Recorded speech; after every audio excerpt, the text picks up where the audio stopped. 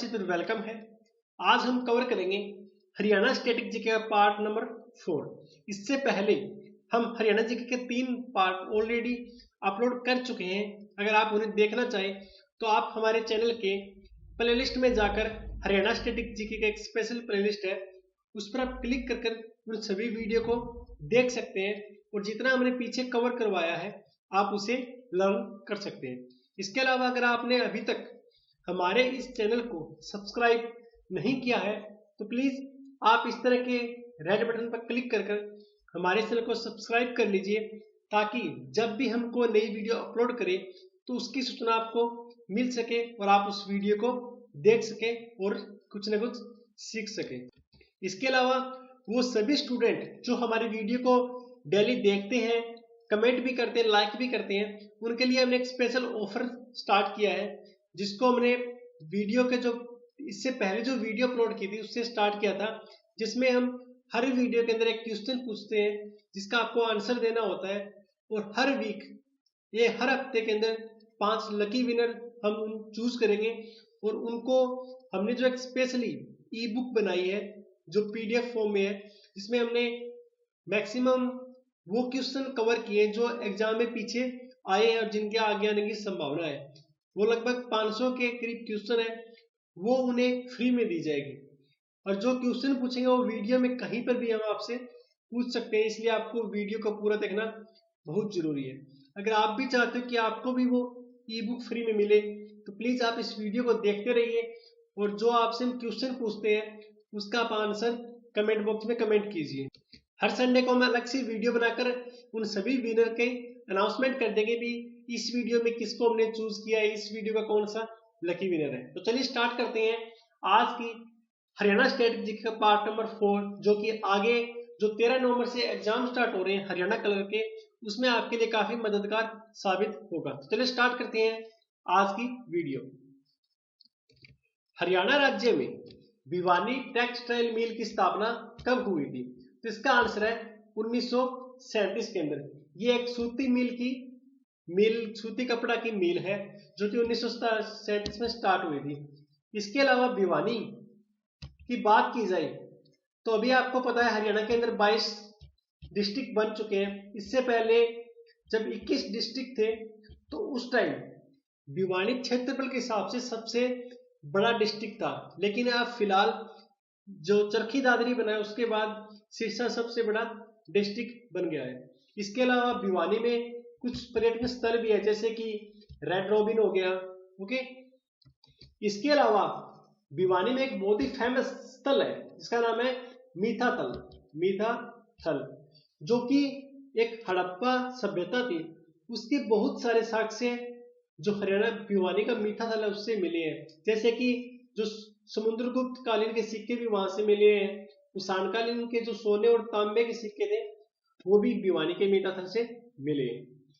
हरियाणा के किस जिले में नाहर सिंह स्टेडियम स्थित है? इसका आंसर है फरीदाबाद में।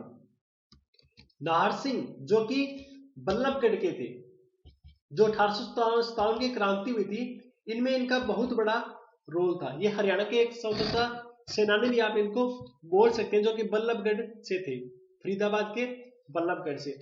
अगर फरीदाबाद की बात की जाए तो ये हरियाणा में सबसे ज्यादा जो जनसंख्या घनत्व है वो फरीदाबाद का है, वो है 2442 और सबसे ज्यादा जनसंख्या भी फरीदाबाद के अंदर ही है और सबसे कम जनसंख्या है सिरसा की।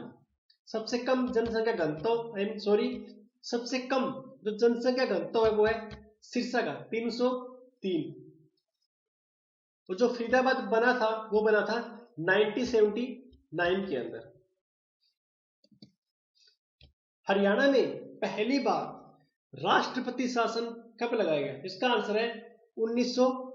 ये लगाया गया था 21 नवंबर 1967 को, जो कि 21/5 यानी 21 मई 1968 तक चला था। इसके अलावा आपके लिए एक इंपॉर्टेंट बात कि हरियाणा में कितनी बार राष्ट्रपति शासन लगाया गया है, तो वो लगाया गया जनाब 3 बार। सबसे पहले 1967 के अंदर, उसके बाद लगाया गया था 1977 में और उसके बाद 1991 में। राष्ट्रपति शासन कब लगाया जाता है? ये तब लगाया जाता है जब किसी भी राज्य में एक जो संवैधानिक सिस्टम होता है अगर वो फेल हो जाए तो उसके बाद जो वहां का राज्यपाल होता है वो राष्ट्रपति के आज्ञा अनुसार वहां पर राष्ट्रपति शासन को लागू कर सकता है, जो कि हरियाणा में 3 बार हुआ था। अभी अगर भारत की बात की जाए तो फिलहाल कुछ टाइम पहले अरुणाचल प्रदेश में लगा था, इसे बाद में हटा दिया गया। पानीपत के दूसरे युद्ध में किसकी विजय हुई थी? तो पानीपत का दूसरा युद्ध हुआ था 1556 के अंदर। वो हुआ था अकबर और हेमू के बीच में। उस टाइम अकबर की एज इतनी ज्यादा नहीं थी, इसकी उम्र बहुत ही कम थी, इसलिए अकबर की साइड से इसका जो सेनापति था बैरम खां वो लड़ा था और इसमें अकबर की जीत हुई थी। किन्हें बागड़ा डैम का जन्मदाता माना जाता है? तो इसका आंसर है सर चौधरी छोटू राम। इसके अलावा जो सर छोटू राम थे, कौन थे? सर छोटू राम। उनका जो जन्म हुआ था वो था रोहतक के अंदर 1881 में और उनकी मृत्यु हुई थी 1945 में। जिन्होंने बहुत एक अच्छा काम किया था, एक बहुत ही बढ़िया इन्होंने एक संस्था बनाई थी जिसको बोलते हैं जमींदारी लीग, वो बनाई थी 1923 के अंदर। ये इनका एक पार्टनर था, इनका एक साथी था सर फजले हुसैन खां। इनके साथ मिलकर इन्होंने 1923 में जमींदार लीग का गठन किया था। हरियाणा में कितने मंडल? तो इसका आंसर है 4, और वो 4 मंडल तो वो है गुड़गांव, अंबाला, रोहतक और हिसार। गुड़गांव मंडल में कौन से जिले शामिल है? गुड़गांव के अंदर 6 जिले शामिल है। पहला गुड़गांव, दूसरा मेवात, फरीदाबाद, पलवल, रेवाड़ी और महेंद्रगढ़। महेंद्रगढ़ एक ऐसा जिला है जिसमें सबसे ज्यादा जो खनिज मिलता है वो सबसे ज्यादा महेंद्रगढ़ के अंदर मिलता है, और जो पलवल है वो सबसे लेटेस्ट या सबसे नवीनतम जिला है। इसके बाद अभी जस्ट कुछ टाइम पहले चरखी दादरी बना है 22वां, उससे पहले ये पलवल था 21वां सबसे नवीनतम, जो कि 2008 के अंदर बना था। इसके बाद अगर रेवाड़ी की बात की जाए तो रेवाड़ी को पित्तल नगरी भी कहा जाता है, इसमें जो बर्तन है उसके लिए काफी फेमस है। इसके अलावा इसे वीर सिटी भी कहा जाता है, वीर सिटी रेवाड़ी को। अंबाला मंडल में कौन से जिले शामिल है? इसका आंसर है 5 जिले। कौन से? अंबाला, यमुनानगर, पंचकुला, कुरुक्षेत्र, जहां पर एक बहुत ही फेमस युद्ध हुआ था कुरुक्षेत्र युद्ध, कौरव और पांडवों के बीच महाभारत का युद्ध हुआ था, कैथल। रोहतक मंडल में कौन से जिले शामिल है? इसका आंसर है 5 जिले, रोहतक, झज्जर, सोनीपत, पानीपत और करनाल। जो तरावड़ी का युद्ध हुआ था वो करनाल के अंदर हुआ था। करनाल का जो तरावड़ी है वहां पर युद्ध हुआ था। तरावड़ी जो 1192 और 1191 को हुआ था। हिसार मंडल में कौन से जिले शामिल है? तो इसका आंसर है हिसार, भिवानी, फतेहाबाद, सिरसा और जींद। ऐसे ये 5 बनते हैं, पर अभी आपको पता है भिवानी से चरखी दादरी अलग हो चुका है। इसके बाद इसमें 6 डिस्ट्रिक्ट बन गए हैं हिसार मंडल के अंदर। इसलिए इससे संबंधित मैं एक अलग से वीडियो बनाऊंगा जिसमें हम ओनली जो चरखी दादरी बना है उसके बाद कितने डिस्ट्रिक्ट हो गए हैं, कौन सा बड़ा डिस्ट्रिक्ट है, कौन सा छोटा है, कौन सा मंडल बड़ा है, कौन सा छोटा है, उसमें हम सभी बातें कवर करेंगे। वो नेक्स्ट में हो सकता है कल या परसों वीडियो में अपलोड कर दूंगा। लेकिन अभी जो सबसे बड़ा जो मंडल है वो है, आपको पता है, अंबाला। नहीं, आई मीन सॉरी, सबसे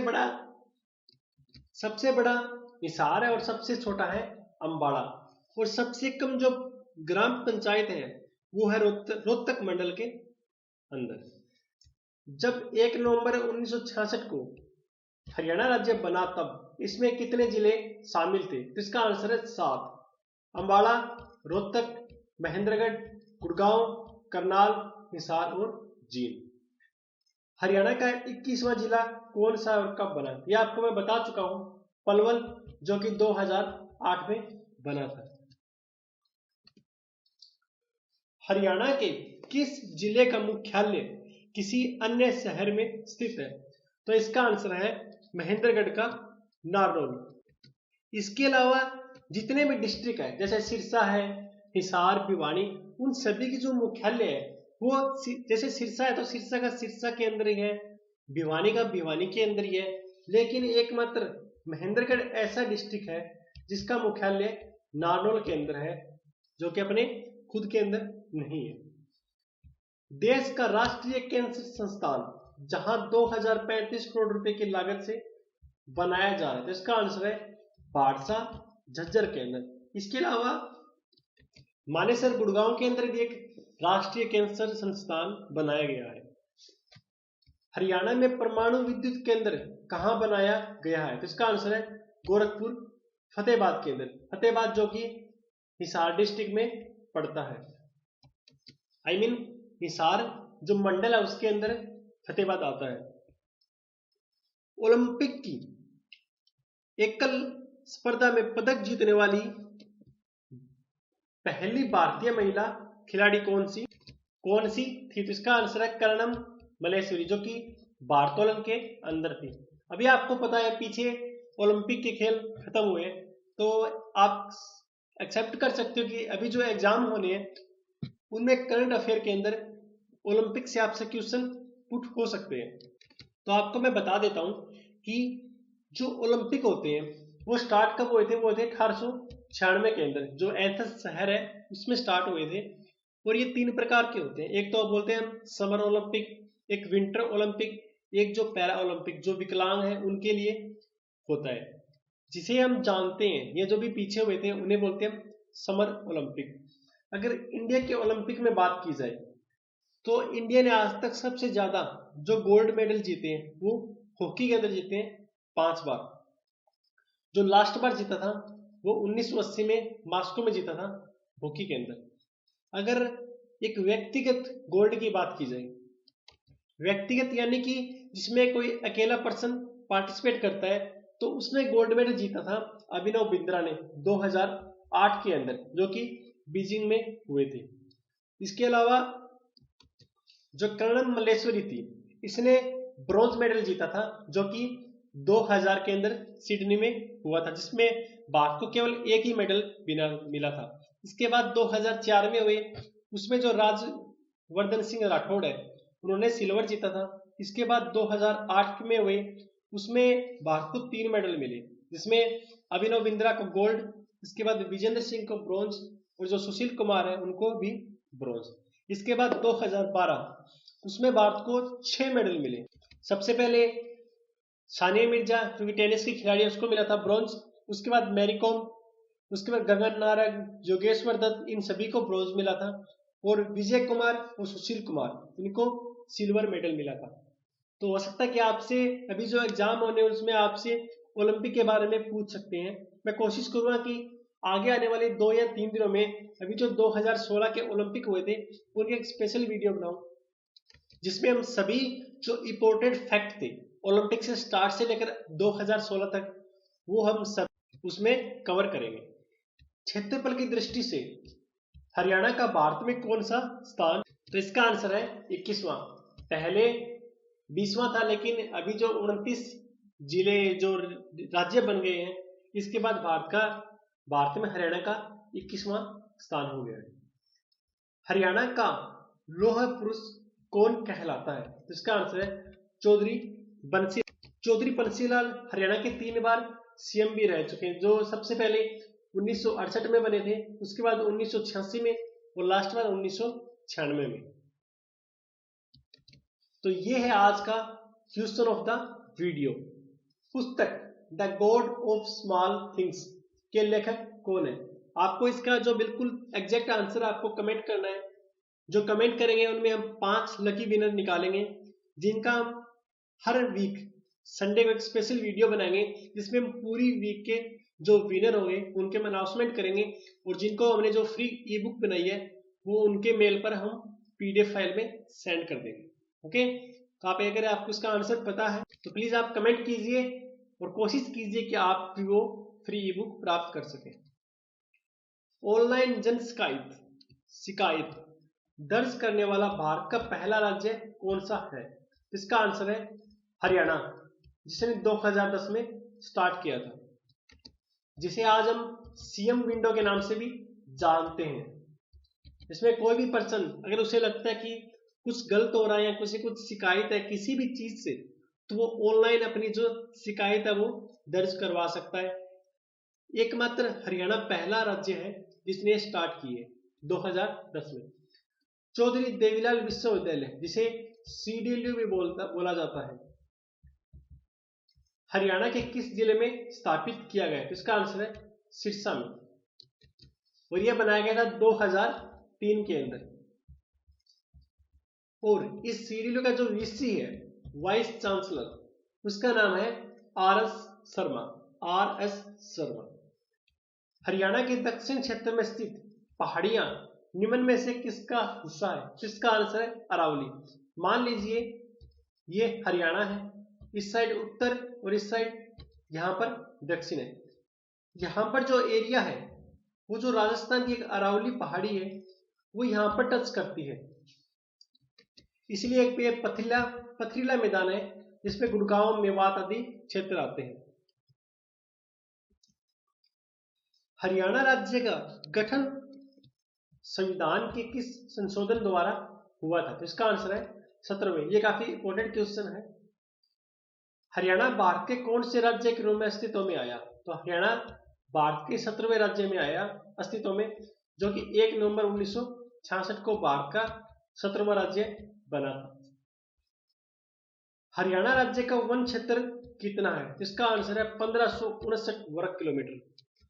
सबसे ज्यादा हरियाणा में जो सर्वाधिक वन क्षेत्र है वो है पंचकुला के अंदर 400 वर्ग किलोमीटर, और जो सबसे कम है वो है पानीपत में ओनली 15 वर्ग किलोमीटर। इब्राहिम लोदी का मकबरा कहां पर है? तो इसका आंसर है पानीपत में।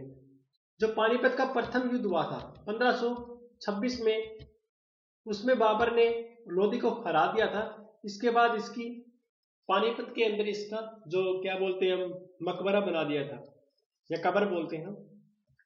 राव तेज सिंह का तालाब कहां स्थित है? जिसका आंसर है रेवाड़ी, जो कि 1989 में बनी थी। इसके अलावा जो घंटेश्वर मंदिर है वो भी रेवाड़ी के अंदर ही है।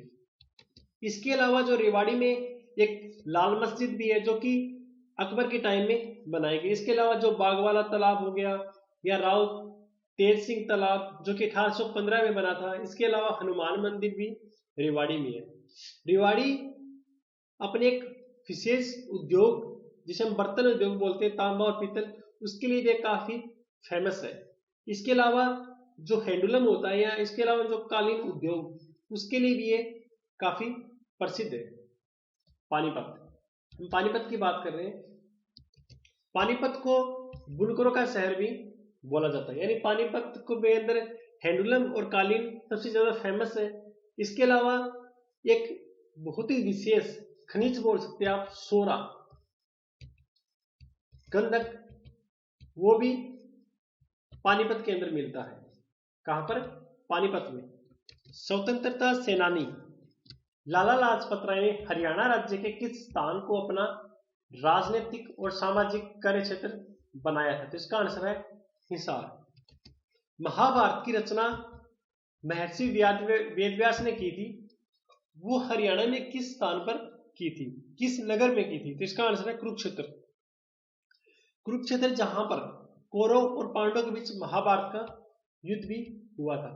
जो महाभारत है इसके अंदर 1 लाख से भी ज्यादा इसके अंदर श्लोक है, और जो हम गीता पढ़ते हैं वो भी महाभारत के अंदर है, जिसके अंदर 18 अध्याय और 700 से ज्यादा भी श्लोक है। स्मार्ट सिटी योजना के अंतर्गत हरियाणा के कौन से नगर शामिल किए गए? इसका आंसर है करनाल और फरीदाबाद। अगर हम करनाल की बात करें तो करनाल में काफी पर्यटन स्थल भी है, जैसे कि कर्ण झील हो गया, या पुंडका पुल हो गया, मजार, या गुरुद्वारा मांझी साहिब भी करनाल के अंदर है। इसके अलावा जो राष्ट्रीय दुग्ध अनुसंधान केंद्र भी करनाल के अंदर है। इसमें एक बहुत ही फेमस मेला भी लगता है जिसे हम छड़ियों का मेला बोलते हैं। इसके अलावा एक पांडु का मेला भी लगता है। इसके अलावा जो बाबा सिमरन दास है उनका मेला भी करनाल के अंदर ही लगता है। इसके अलावा जो त्राइन का युद्ध हुआ था 1191 और 1192 गौरी और पृथ्वीराज के बीच में, जिसमें जो पहला युद्ध था वो पृथ्वीराज सिंह ने जीता था और जो दूसरा था वो गौरी ने, वो भी करनाल के तरावड़ी के अंदर ही हुआ था। इसके अलावा करनाल में एक बहुत ही फेमस किला भी है जिसे बोलते हैं हम गजपत सिंह का किला। इसके अलावा करनाल में एक 5 पीरों की मजार भी है और इसके अलावा शेख अली शाह जो कलंदर है उसकी दरगाह भी करनाल के अंदर है। हरियाणा का जो हरियाणा पर्यटन विभाग है उसकी जो स्थापना हुई थी वो हुई थी 1 नवंबर 1974 के अंदर। और जो सबसे ज्यादा हर साल जो यात्री आते हैं, जो पर्यटक आते हैं, वो सबसे ज्यादा कुरुक्षेत्र के अंदर आते हैं और सबसे कम फतेहाबाद के अंदर आते हैं। करनाल को हरियाणा का पेरिस भी बोला जाता है। इसकी खूबसूरती के कारण इसे हरियाणा का पेरिस बोला जाता है। इसके अलावा इसमें सबसे ज्यादा धान होती है, इसलिए करनाल को धान का कटोरा भी कहा जाता है। इसके अलावा सूद सिटी भी करनाल को ही कहा जाता है। तो ये थी हरियाणा जीके का पार्ट नंबर 4। आई होप कि वीडियो आपको काफी पसंद आई होगी। अगर आपको कोई भी किसी चीज को समझने में प्रॉब्लम आ रही है तो प्लीज आप अपनी प्रॉब्लम कमेंट कीजिए, हम उसका तुरंत आपको रिप्लाई देंगे। इसके अलावा इस वीडियो में हमने जो क्वेश्चन पूछा है, अगर आपको उसका जवाब आता है तो आप उसका जवाब कमेंट कर सकते हो और जो ई बुक जो 5 विनर को दी जाएगी आप उनके प्रतिभागी भी बन सकते हो। इसके अलावा प्लीज आपसे रिक्वेस्ट है कि आप हमारे इस चैनल को सब्सक्राइब कीजिए ताकि जब भी कोई नई वीडियो अपलोड हो आपके पास उसकी सूचना मिल सके। इसके अलावा इसका बेनिफिट एक और भी है कि आप सब्सक्राइब करते हो तो हमें इससे मोटिवेशन मिलती है कि हमारी वीडियो से आप सभी को बेनिफिट हो रहा है और इससे हम ज़्यादा मोटिवेट होकर इससे ज़्यादा क्वालिटी अपनी वीडियो में लाने की कोशिश करते हैं। तो प्लीज़ जब भी आप वीडियो देखें तो लाइक जरूर कीजिए अगर आपको पसंद आती है। अगर आपको लगता है भी इस वीडियो से आपको 2% भी बेनिफिट हुआ है तो लाइक कीजिए और लास्ट में टाइम टू शेयर, क्योंकि जैसे आपको मैं पहले भी बता चुका हूँ कि एक ज्ञान एक ऐसी चीज है जिसे हम जितना ज्यादा शेयर करते हैं ये उतनी ही ज्यादा हमारी खुद की इंक्रीज होती है। तो प्लीज इस वीडियो को अदर स्टूडेंट के साथ शेयर कीजिए ताकि वो भी इसका बेनिफिट उठा सके। जैसे कि मैं पहले ही बता चुका हूँ, इसके अलावा आप हमारे चैनल पर इंग्लिश सेक्शन की वीडियो देख सकते हो, हिस्ट्री जीके की वीडियो भी देख सकते हैं और हरियाणा जीके के जो पहले 3 पार्ट अपलोड किए प्लीज आप वो भी जरूर देखिए। Thanks for watching. Best of luck. Please subscribe our channel.